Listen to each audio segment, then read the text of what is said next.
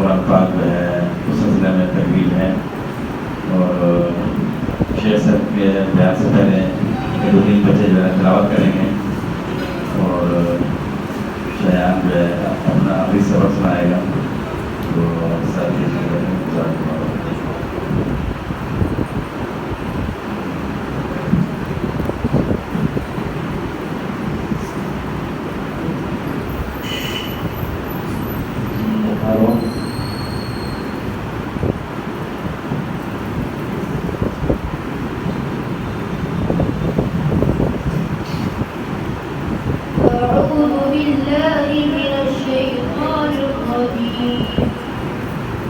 بسم الله الرحمن الرحيم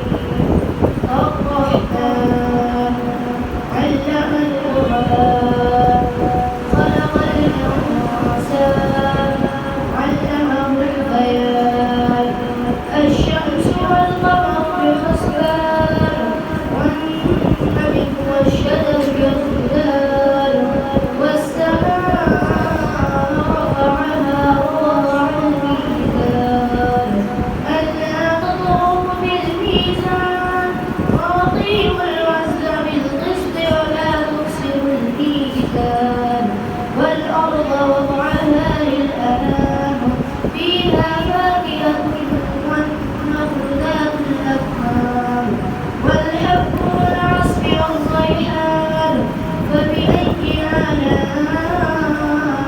ربكما تكذبان خلق الإنسان من صلصال كالفخار وخلق الجان من مارج من نار فبأي آلاء ربكما تكذبان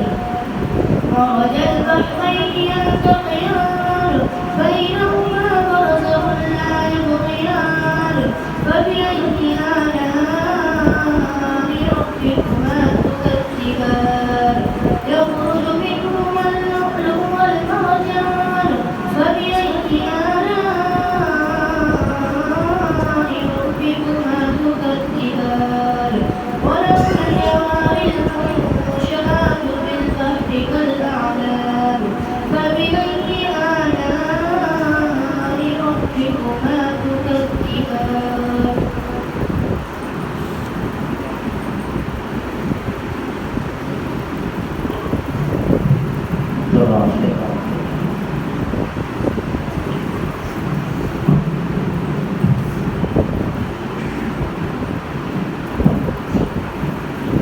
أعوذ بالله من الشيطان الرجيم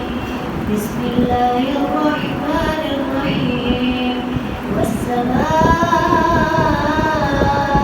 والطارق وما أدراك ما الطارق النجم الثاقب ما كل نفس لما عليها حافظ فلينظر الإنسان مما خلق خلق من ماء دافق يخرج من بين الصلب والترائب إنه على رجعه لقادر يوم تبلى السرائر ما له من قوة ولا ناصر والسماء ذات الرجع والأرض ذات الصعد إنه لقول فصل وما هو بالهزل إنهم يكيدون كيدا وأكيد كيدا فمهل الكافرين أمهلهم رويدا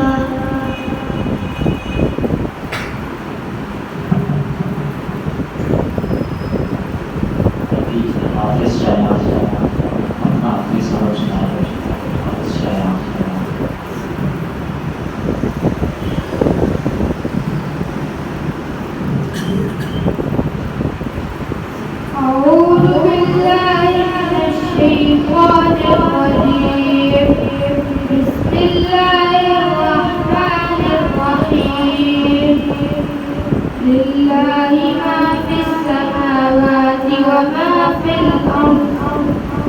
الله